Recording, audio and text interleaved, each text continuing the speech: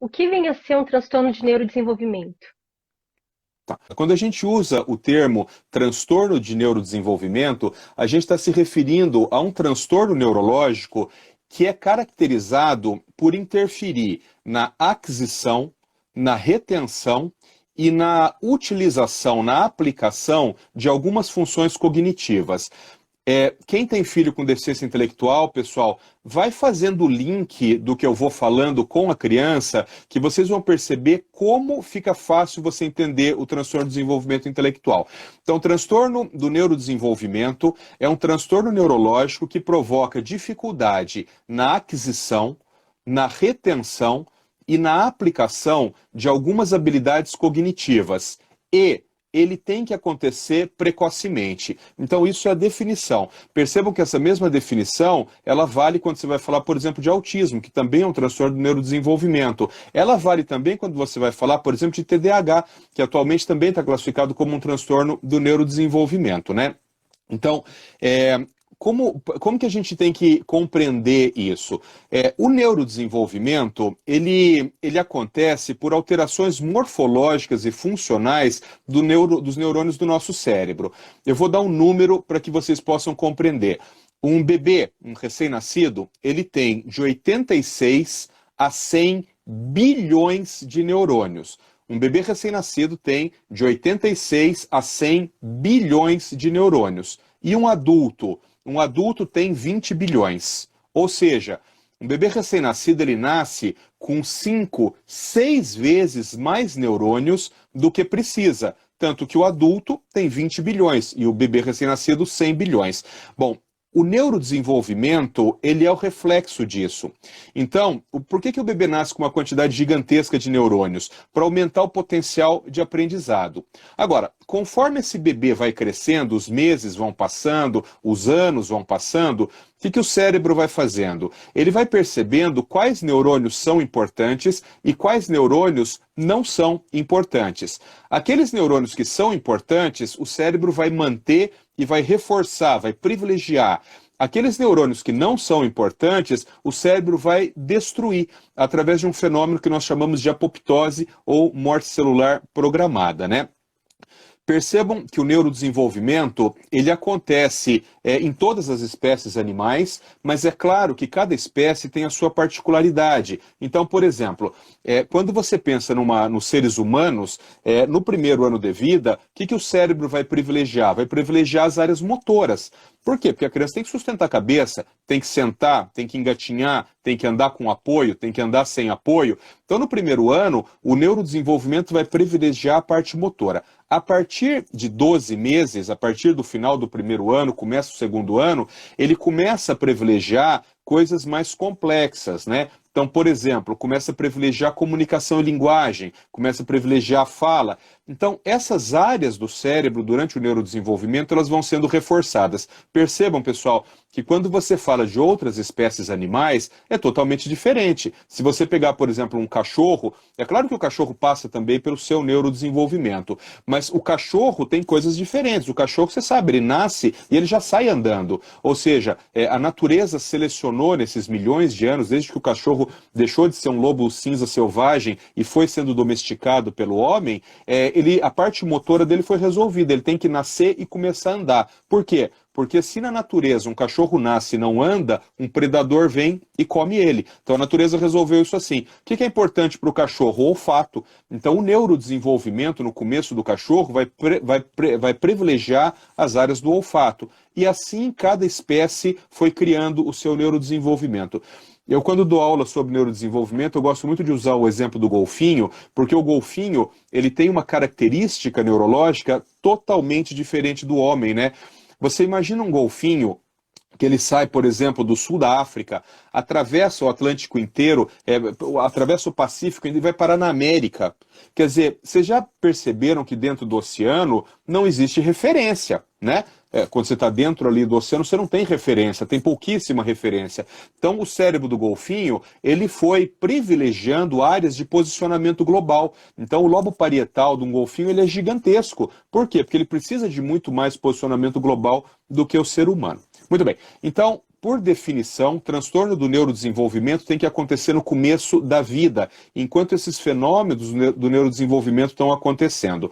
Percebam, pessoal, que em lugar nenhum, nem no DSM, nem em qualquer livro de neurologia, você vai ter a seguinte resposta: mas a alteração tem que acontecer até que idade? Não tem essa resposta. Por quê? Porque o neurodesenvolvimento ele é muito acelerado nos primeiros 2, 3 anos de vida e depois ele começa a desacelerar. Mas você tem neurodesenvolvimento a vida inteira.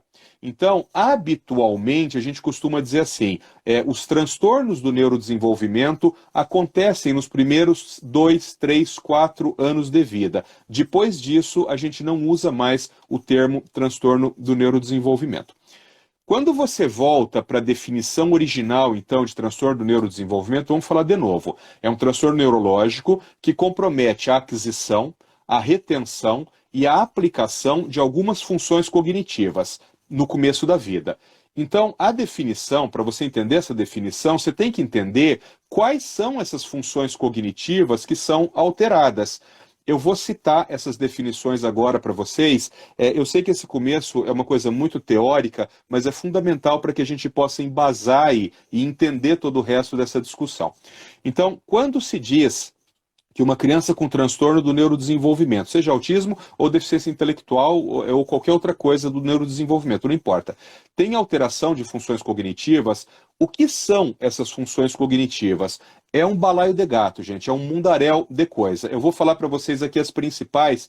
Comecem a lembrar dos filhos de vocês, comecem a lembrar dos pacientes de vocês e vocês vão começar a perceber isso aí. Primeira função cognitiva que é alterada, né, no transtorno do neurodesenvolvimento, atenção e concentração. Prestem atenção porque eu vou fazer isso numa ordem que vai ter lógica e que vai ficar fácil para vocês decorarem, tá? Que foi a forma como eu decorei. Então, primeiro, atenção e concentração. Imagina uma criança que está numa sala de aula. Quando essa criança está numa sala de aula, se ela tem uma atenção adequada, o que o cérebro dela vai fazer? Primeiro, ele vai fazer um rastreio do ambiente. Ele vai dar uma olhada por tudo e rastrear aquele ambiente. Segundo, ele vai começar a separar quais são os elementos importantes, relevantes, e os elementos irrelevantes daquele ambiente. Porque, por exemplo, dentro de uma sala de aula, tem cadeira, tem apagador, tem lápis caído no chão, tem um monte de coisa. Isso é relevante? Não, isso é irrelevante. O que é relevante? A lousa, o professor, é o professor que está fazendo a chamada e tal. Então, um cérebro que não tenha transtorno do neurodesenvolvimento, ele consegue rastrear o meio, ele consegue identificar qual é o foco principal, ele consegue se manter atento naquele foco principal. E aí é o pulo do gato. Ele também consegue inibir distratores. Então, um cérebro que não tem um transtorno de neurodesenvolvimento, se ele está olhando lá para a lousa lá, e prestando atenção no professor, e cai um lápis, por exemplo, ali do lado, essa criança não pode fazer assim e ir lá pegar o lápis, porque a inibição dos distratores faz parte do neurodesenvolvimento típico. Então, primeira função cognitiva que normalmente é alterada no transtorno do desenvolvimento, atenção e concentração. Segunda, memória de trabalho. Memória de trabalho é aquela memória rápida. Quando você fala para uma pessoa assim, guarda isso aqui um pouquinho, guarda um número aqui para mim um pouquinho, guarda o meu CPF, guarda o meu telefone, por exemplo. A pessoa vai guardar aquilo durante alguns segundos, alguns poucos minutos, e depois vai descartar aquela informação. Isso é memória de trabalho. Pessoal, memória de trabalho é fundamental para você aprender. Vou dar um exemplo. Você vai fazer uma conta de mais, tá certo? Estamos ensinando isso lá para uma criança de 6, 7 anos de idade. Só que essa conta de mais é assim, ó, 9 mais 5 aqui, no 9 mais 5 dá 14, no 14 fica o 4 e sobe 1. A memória de trabalho faz com que esse 1 que subiu, você lembre de somar ele do lado aqui. Se você não tem memória de trabalho, o número que restou, o número que subiu, você não soma ele e você vai fazer a conta errada. Então, memória de trabalho é absolutamente fundamental para o aprendizado. Outra função cognitiva que é muito importante também, a gente chama de controle inibitório. Controle inibitório é quando o seu prazer, ele passa a sofrer controle externo.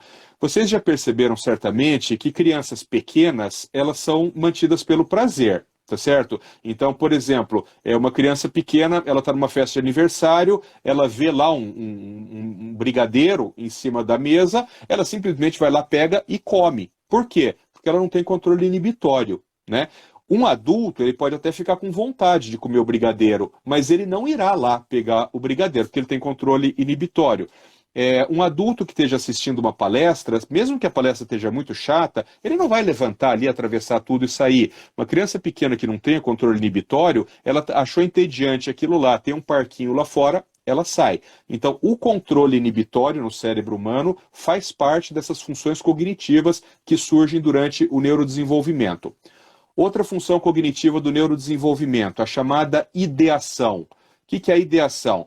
É quando você tem uma ideia de como solucionar um problema. Então, vou dar um exemplo.